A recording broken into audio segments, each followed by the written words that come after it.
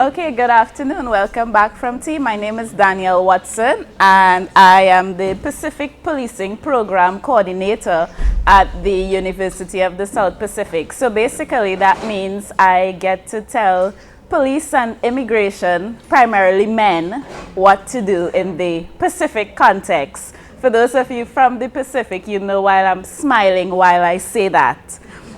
So today I'm going to present on promoting gender equity as the foundation for equality discussions, specifically in relation to security providing organizations. Now, my disclaimer, the comments I make today are specifically to police organizations in the Pacific region, and they can be applied to immigration as well. My position on gender is not all encompassing to cover all areas of service provision in the Pacific. I'm going to try to get through all of these areas. It's quite unlikely that I'll cover all of them in 15 minutes, but I'll do my best. As I said, my focus is on the police, security provision for police organizations in the Pacific. Some of what I said can apply to customs and immigration as well as to the military, but my research has been primarily with the police organizations. Now, when we speak about gender, we need to take into consideration the factors that influence gender lens, specifically in the Pacific context.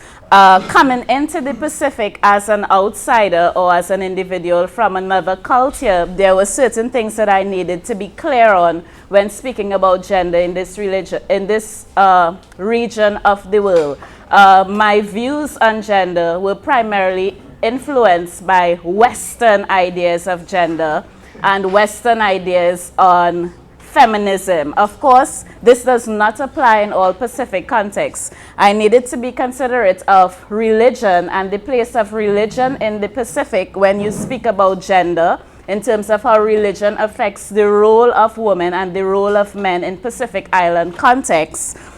Traditional and cultural lens from which gender is viewed, and of course, dealing with police organizations, I needed to be clear on what organizational culture meant for how gender is interpreted in this context.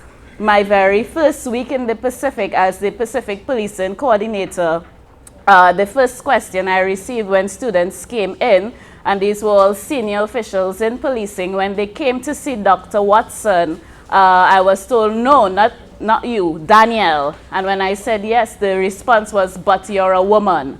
So in terms of organizational culture, that also influences how gender is perceived in this context.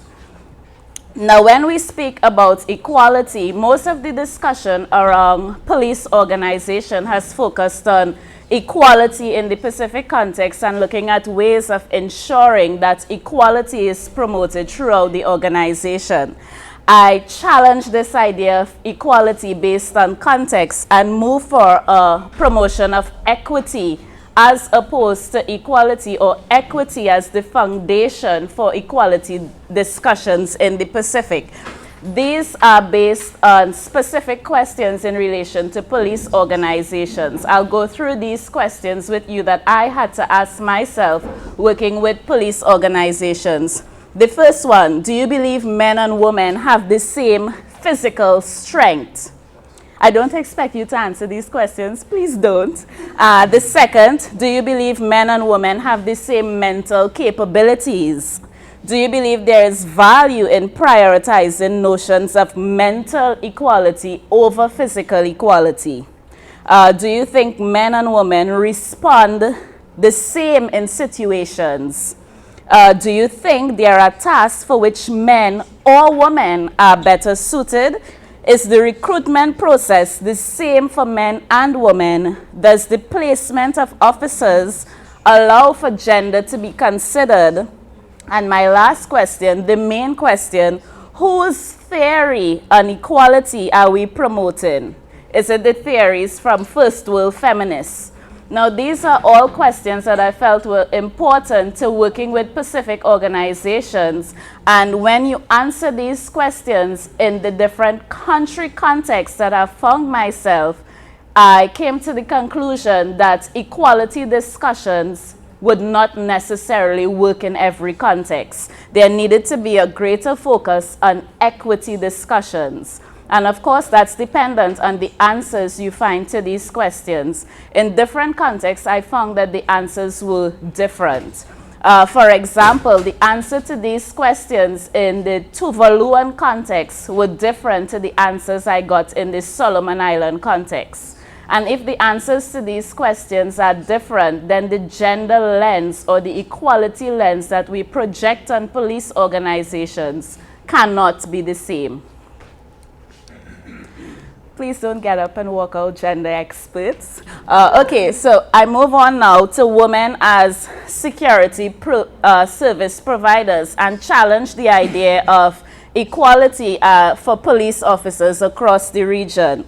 Now, the main myth that exists in police organizations is women are not strong enough or aggressive enough for police work. This is the main myth about policing in the Pacific region, and this is, of course, found in literature done on the region. The reality is, when you look at policing, physical strength has not been shown to predict either general police effectiveness or the ability to successfully handle dangerous situations. Now think about situations that you would interact with a police officer and think of how many of those situations you would need physical strength to resolve. Another reality, there are no documented cases of negative outcomes due to the lack of strength or aggression exhibited by female officers. If there are cases, it has not been documented or put forward in the literature. The reality again, most police work now relies on effective communication and cooperation. Most Pacific Island countries either use community-oriented policing or crime prevention policing model. Neither of those rely on physical strength. Another reality, the majority of victims requiring responses from police are members of vulnerable groups. If we think of the Pacific Island context, for example, Solomon Island, the statistic says 1 in every 3 women is a victim of domestic violence. So when you think about vulnerable groups in the Pacific context, most of the victims are females.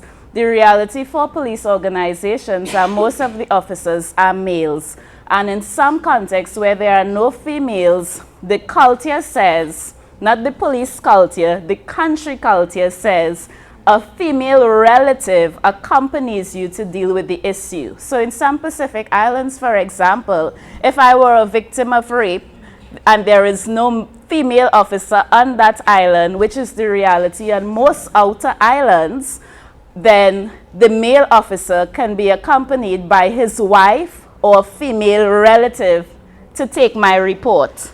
So this would be an untrained individual taking my report to a crime, and that's the reality of the context within which we find ourselves. Now, when we look at women in policing across the globe, the argument is this: women bring a unique dynamic to policing, and female officers are often competent in crucial components of community policing. So basically, the argument is that female officers demonstrate competence in the area of community policing. Generally, women are good communicators. Another generalization about ability to communicate, yet I can't seem to communicate with the officers in my class, who are all male, with great interpersonal skills. While this is important to policing as a whole, it's especially helpful in situations where victims feel more comfortable discussing the details of a crime with a female officer. So when we look at the generalization about policing globally, some of it can be translated to the Pacific context, but some of it you have to question, has research been done to support this in my country context? So think about the different Pacific Islands represented in this room. For how many of you think this argument would fit with your policing organization? Now, some of the ideas looking at improving gender equality in the Pacific have been focused around changing the recruitment practices to make sure that there are more women in police organizations. The primary example that has been incorporated through New Zealand's influence in the Pacific is the model from Scotland, which promotes special recruitment events targeting females, coordinated efforts by female officers, so basically women recruiting women into the police organizations, opportunities for progression, development, and promotion, and with flexible working opportunities. Now, the first three that I've spoken to so far, if we think about the push for gender equality in the Pacific, are we speaking equality or equity? So we want equality, but we also want flexible working opportunities. I'll continue. Opportunities to address questions and concerns women may have about becoming police officers, discussing fear of the unknown, demonstrations and officer safety training, and opportunities to see and try fitness tests, and shared officer experiences, careers, and how work fits around family. Now, these are the ideas that have been adopted to several police organizations. For example, in the Pacific, Solomon Island has led the way in institutionalizing 50-50 recruitment. So in every intake, there must be 50% male, 50% female. How that translates for the country is a whole other issue. But in terms of the push towards equality, these are the areas that have been adapted from the Scotland first world context to Pacific Island countries. Now, when we look at recruitment and training, as I've alluded to before, the equality dimension that has been pushed by the UN and donor countries does not necessarily seem to be what's being pushed in the Pacific. It's more a focus around equity than equality. That's basically what I've been seeing so far based on what we've said. Now, if we look at promoting equity, if we accept that women and men are different, then there is value in considering specialist squad better suited to women and training women specifically for specific areas. Now, this is an acknowledgement of the difference between men and women. If we're promoting gender equality in the organization, acknowledging difference does not necessarily allude to the idea of equality. Acknowledging difference promotes the idea of equity to be considered in police organizations. Now I listed some of the areas in policing that are believed to be better suited to female officers. And examples from other contexts again. In Indonesia, women are recruited and trained specifically for special squads. In the US, teams responding to domestic violence and matters involving members of vulnerable groups are largely comprised of female officers. In Trinidad and Tobago, my country, the CID is primarily comprised of professionals who become special reserve police officers. So this is a group of police officers who respond specifically to CID-related issues.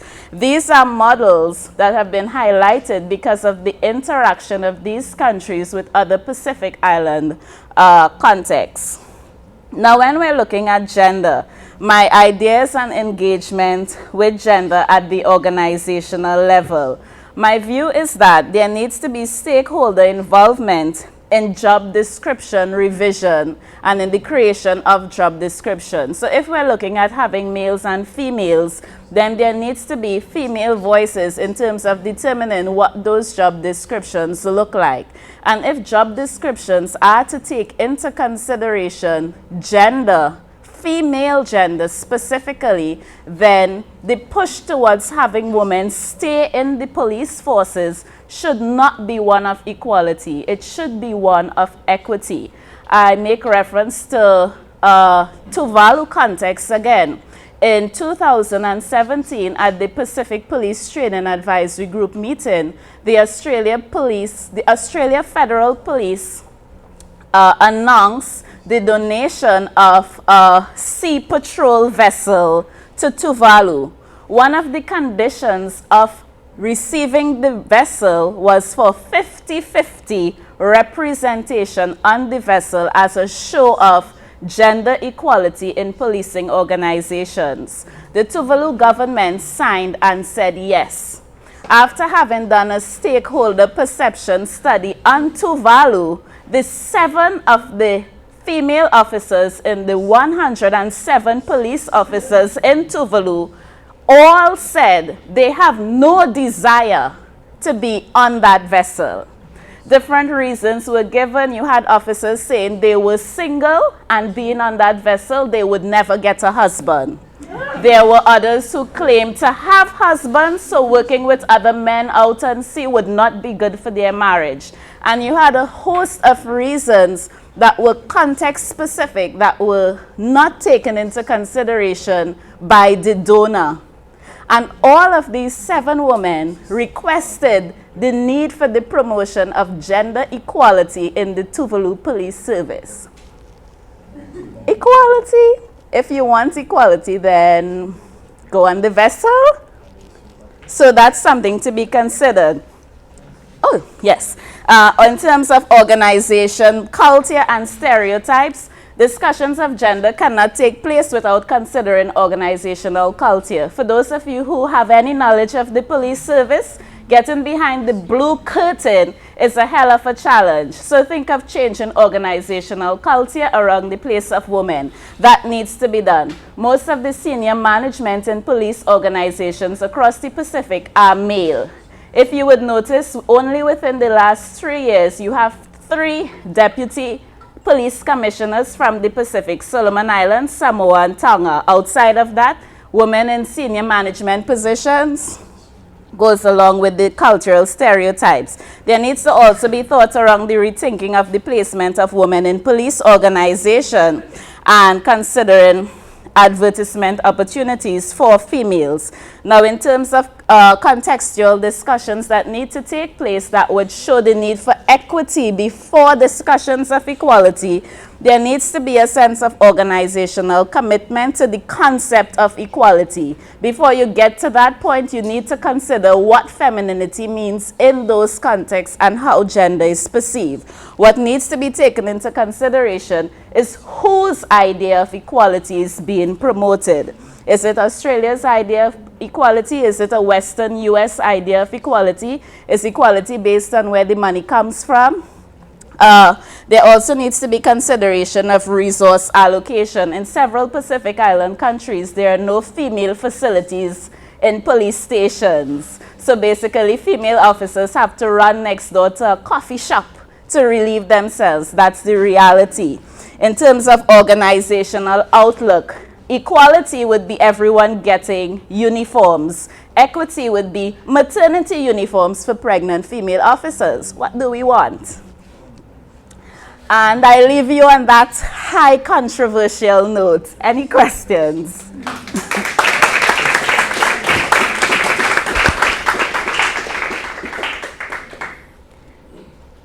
No questions? Hi, Danielle, thank you.